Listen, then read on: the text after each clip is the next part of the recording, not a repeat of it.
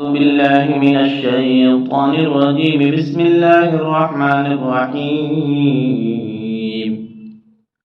سأل سائل بعذاب واقع للكافرين ليس له دافع من الله ذي المعارج. تعرج الملائكة والروح إليه في يوم كان مقداره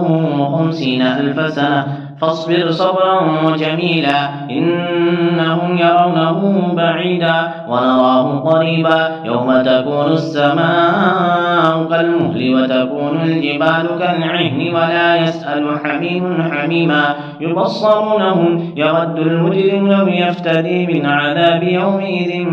ببنيه وصاحبته وأخيه وفصيلته التي تؤويه ومن في الأرض جميعا ثم ينجيه كلا إنها لظى نزاعة للشوى تدعو من أدبر وتولى وجمع فأوعى إن الإنسان خلق هلوعا إذا مسه الشر جزوعا وإذا مسه الخير منوعا إلا المصلين الذين هم عن صلاتهم دائمون والذين في أموالهم حق معلوم للسائل والمحروم والذين يصدقون بيوم الدين والذين هم من عذاب ربهم مشفقون إن عذاب ربهم غير مأمون والذين هم لفروجهم حافظون إلا على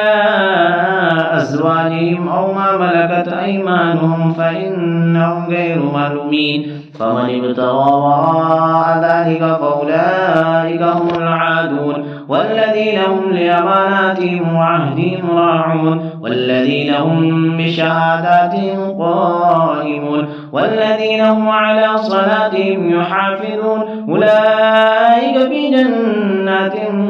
مكرمون فما للذين كفروا قبلك مهطعين عن اليمين وعن الشمال عدين أيطمع كل امرئ منهم أن يدخل جنة نعيم كلا إنا خلقناهم مما يعلمون فلا أقسم برب المشارق والمغارب إنا لقادرون على أن نبدل خيرا منهم وما نحن بمسبوقين فذرهم يخوضوا ويلعبوا حتى يلاقوا يومهم الذي يوعدون يوم يخرجون من الأجداث سراعا كأنهم إلى نصب يوفضون خاشعة أبصارهم ترهقهم ذلة ذلك اليوم الذي كانوا يوعدون صدق الله العظيم.